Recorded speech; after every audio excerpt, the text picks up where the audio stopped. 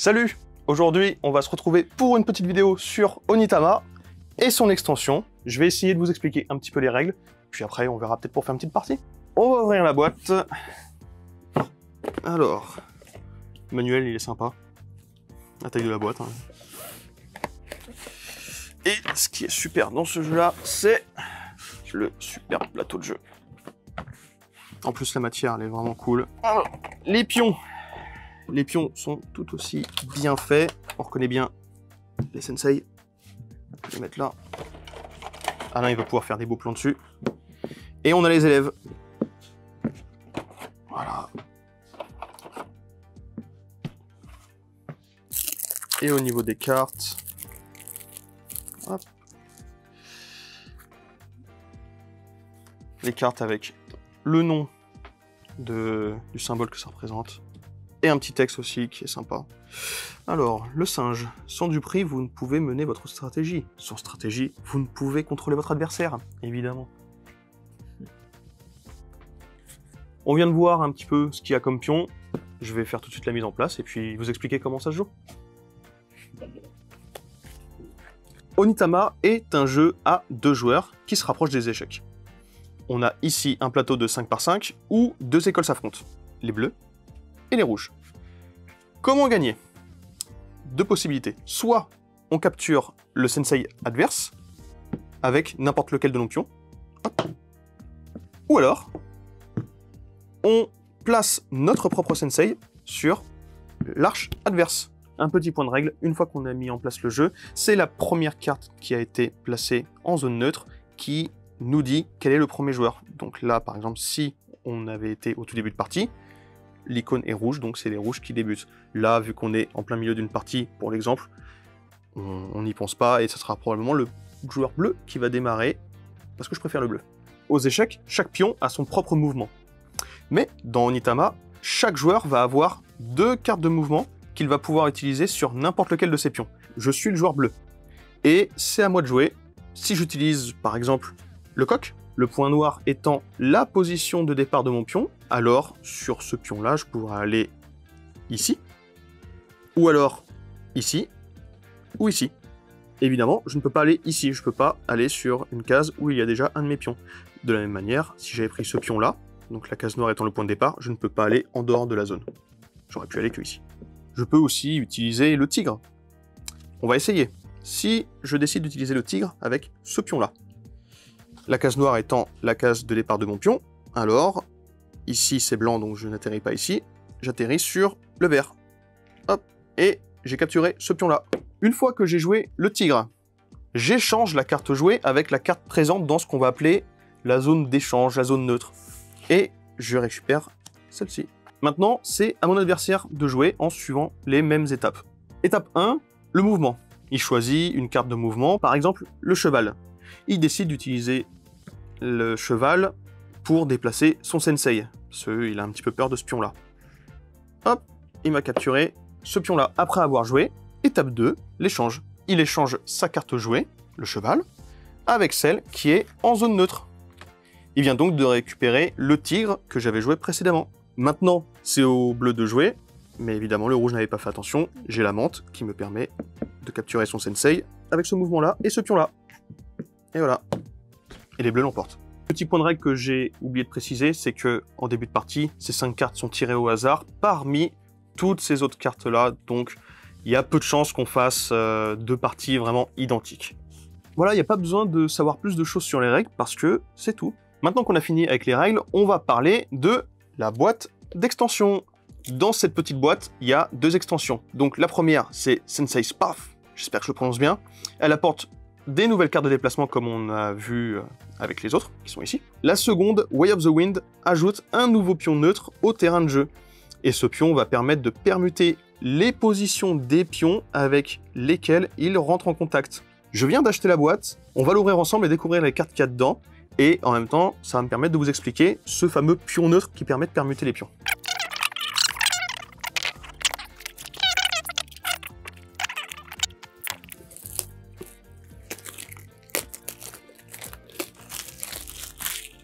Alors, qu'est-ce qu'on a dedans? Le manuel, évidemment. Donc, Ah ouais, donc du coup, il va y avoir quand même beaucoup plus de cartes avec la première extension, le Sensei Sparf. Et pas grand-chose. Le petit pion, pour les amateurs de Dota, il ressemble à Morphling, je trouve. Ah bah, j'aime bien, il est sympa. Et ensuite, donc on a beaucoup de cartes de mouvement. Ouais, pas mal, ça a de quoi même plus que doubler. On va comparer un petit peu. Ça, c'est le tas dans le jeu de base, et ça, c'est dans l'extension. Et ouais, il y a une certaine, une bonne grosse différence, et il y a pas mal de choses. Et bon, on va regarder les mouvements. Alors, la chèvre, c'est intéressant parce qu'il n'y a pas beaucoup de cartes qui permettent de partir dans une direction opposée et de taper en même temps en diagonale, enfin, c'est sympa. Donc là, on va voir les cartes de mouvement avec l'esprit.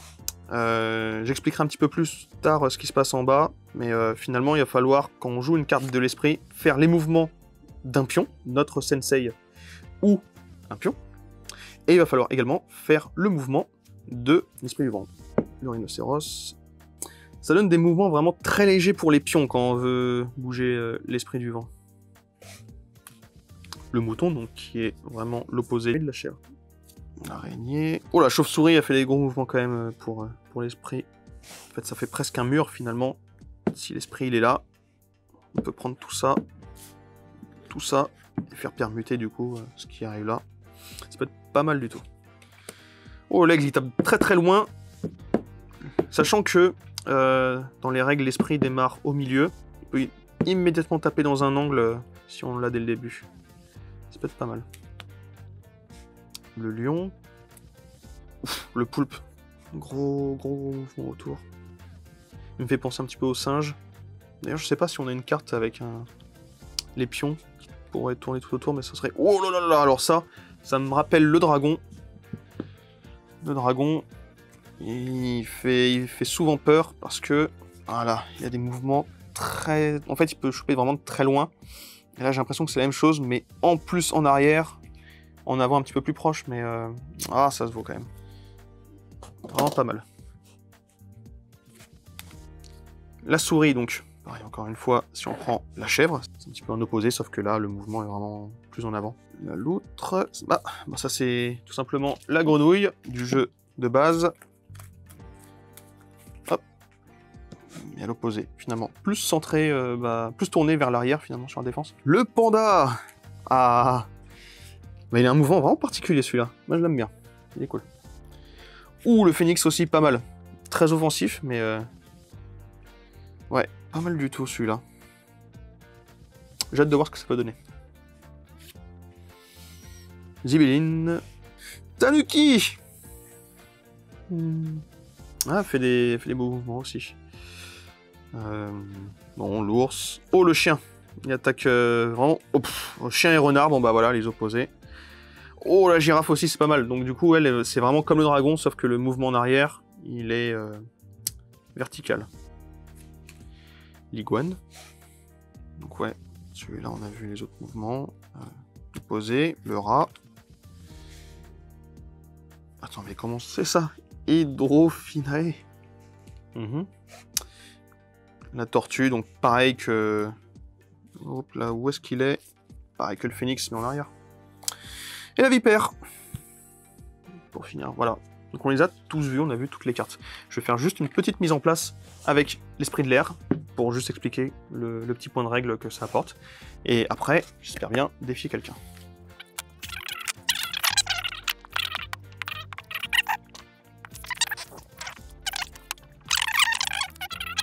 Donc, je viens de mettre une mise en place totalement aléatoire.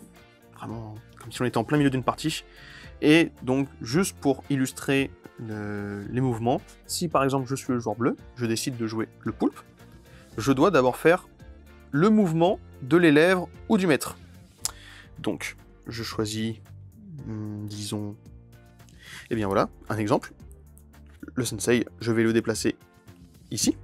Donc voilà. Et ensuite, je dois faire le mouvement de l'esprit du vent. Et je décide de le faire avancer d'une case en avant. Et donc, il va aller sur le sensei, et donc leurs mouvements vont permuter, tout simplement. Et ça peut être vraiment hyper intéressant, parce que là, je crois que Ah non, bah, je suis quand même pris avec la chèvre ou même avec celui-là, par ce pion-là.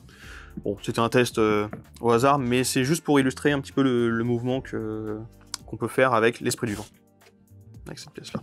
Voilà, je pense avoir fait le tour des règles de Onitama, que ce soit le jeu de base ou bien l'extension.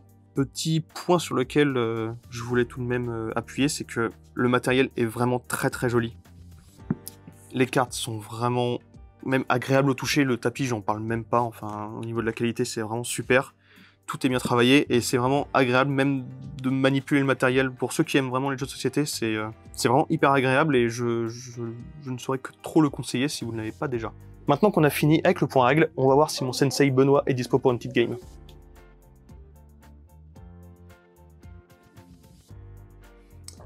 Benoît, t'es chaud pour une petite partie d'Onitama? Ah ouais, tu me trompes. Je relève le défi.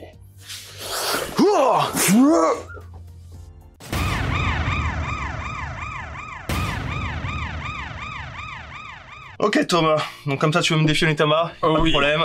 Je te laisse faire la mise en place, moi je mélange les cartes. Vas-y. Ça va, la mise en place, elle est plutôt facile. Les cartes de mouvement, on va avoir le cobra pour toi. Ensuite, ta deuxième, le lapin, J'aime le lapin. le cheval, le tigre, et on va voir qui va démarrer. Ok, donc le logo il est bleu, c'est donc les bleus qui démarrent, et donc ça va être moi. Ouais. Thomas, j'ai bien compris que t'étais un nouveau joueur, Oui. et donc c'est déjà audacieux de vouloir te mesurer à un sensei comme moi. Oui, mais le sensei...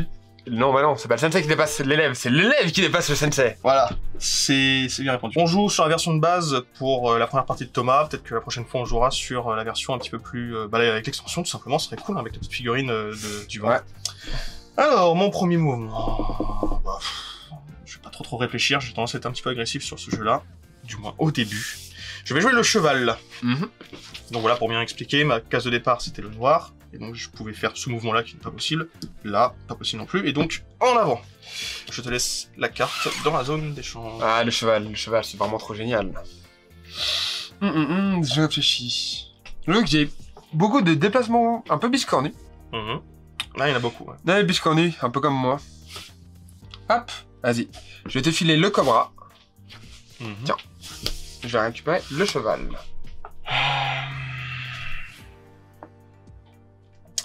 Ok. Eh ben, ce que je vais faire... On va essayer de te forcer à utiliser quelques cartes intéressantes. Je vais utiliser le tigre sur ce pion-là. Ok. Donc, hop, lui, il attaque très en avant encore une fois. Ah oui, le tigre, c'est vraiment une carte très agressive. Un peu comme un tigre. Exactement. Hey, mais... J'ai déjà une plutôt bonne option, je pense. Ouais, vas-y. Ah oui, on va y aller comme ça. Hop, petit lapin. Envers-le. Ouais, j'avais pas du tout pensé parce que finalement, là, t'as ton cheval qui pourrait me bouffer mon sensei, et moi, j'ai aucun coup en avant pour manger, donc je peux te manger avec lui. Mais si je te mange, évidemment, t'as le tigre pour me bouffer, bah le pion je te prendrai. Donc, est-ce que je sacrifie un pion ou pas? C'est quoi? Les pions sont faits pour être sacrifiés. Eh ben, même si ça ne me réussit pas toujours, contre le grand sensei Benoît, j'ai tendance à être assez agressif pour essayer de prendre l'avantage numérique, donc je vais le faire encore une fois. Tac, donc ton pion il est capote. Je vais récupérer ton lapin, et donc ce pion-là rentre dans ma zone de jeu. Voilà. Donc bon, je pense qu'il n'y a pas trop de doute sur ce que tu vas faire après. Non, moi c'est... te connaître. Moi, je peux toujours pas faire de mouvements. Et bim. Et voilà. Tiens, prends le tigre. Tigre très agressif. Ouais. Allez, face à face. Ouais. En fait, ce qui me dérange, c'est que t'as ton cheval. Donc... Fallait pas me le donner, le cheval. Là, avec lui. Si je me déplace là, tu manges avec lui. De toute façon, tu peux pas te mettre ouais. Juste à côté. Ouais. Si je vais là, t'as le cheval encore. Là.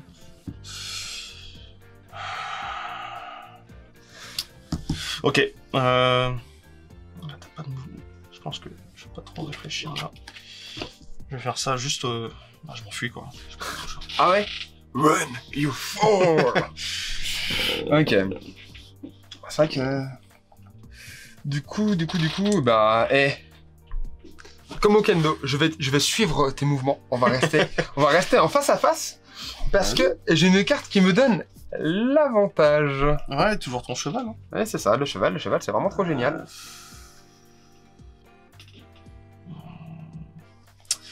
Alors, précision, le tigre évidemment, vu qu'il a la case blanche et qu'on est là, on pourrait sauter ici. Mais si je fais ça, le cheval est toujours... le cheval, il va être toujours là.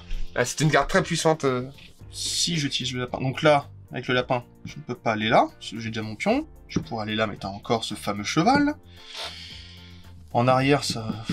Ouais, tu peux pas... Ah si, tu peux avec le tigre. En fait... Ah, mais non, mais je vais faire le lapin. Mais oui, tout simplement. Vas-y. J'ai bloqué le lapin, et c'est bon, je m'enfuis. Là, vraiment, tu peux plus m'attraper. Bah, là, normalement, je vais vraiment galérer à te rattraper, mais... Oh, j'ai pas trop envie d'utiliser mon cheval, mais...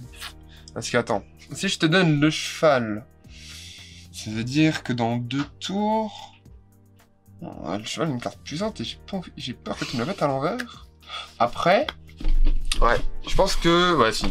Le cheval, c'est plutôt bien. Toc. Hop là, reviens là, attends. Parfait. Bah en fait... Ouais. Je crois que je suis... Ouais. Parce que là, si je calcule bien mon mouvement... Ouais, je crois que c'est bon. Ah ouais? Je suis désolé Thomas. Déjà? Ouais, attends. En fait, regarde. En fait, je prends le tigre, donc le tigre avec mon sensei. Hop, il va ici. Regarde, t'as aucun mouvement pour... Ah ouais! Et moi, au prochain tour, j'ai l'anguille. Sinon, ce que je peux faire, c'est aussi utiliser mon cheval. Puis te manger ton pion, mais bon, après là c'est toi le chef. Hein. Quoi? Tu veux... Moi? Tu veux me manger mon pion? Qu'est-ce que tu pourrais faire? Sinon, tu peux me manger ce pion-là. À toi de voir. Ou sinon, regarde, j'inverse la carte du lapin. Alors, franchement, ça aurait pu être cool. Mais ça s'appelle de la triche? Ce n'est pas possible, évidemment. Sinon, ce que je peux faire... Ah, c'est vrai que là, j'aurais bien aimé ton anguille. Oui. Au final, le cheval n'aura pas été la carte de ma défaite, mais ça aurait été l'anguille que je lui ai laissé 2 tours plus tôt. Ah. Et ben, je vais me battre comme un homme. Au moins. Non. Je resterai vainqueur. C'est dans ce sens-là, quoi qu'il arrive. T'as aucun mouvement dans cette direction-là, avec ton lapin ou ton bras. Si, je peux faire ça, mais c'est genre... C'est vrai. Je peux aller faire ça. Ouais, attends. Ah, tu peux faire le mouvement que tu veux, mais... Ah ouais, si tu décides. Tour, Ok, si j'ai une idée. Fais très attention à ton prochain mouvement. Ah oui, bah là...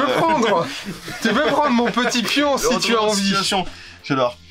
Tu peux prendre le pion si tu as envie. Écoute, alors, le livret de règles, il y a un truc que j'aime beaucoup, et il t'explique comment réussir à gagner, et il nous propose de gagner par la voie de la pierre, en capturant le sensei adverse. C'est vrai que tu peux bien gagner par la voie du ruisseau, en atteignant l'arche adverse. Je sais pas lequel est le plus poétique. Moi, je dirais que le plus poétique serait que tu me prennes mon pion. Celui-là? Ouais. Non, désolé.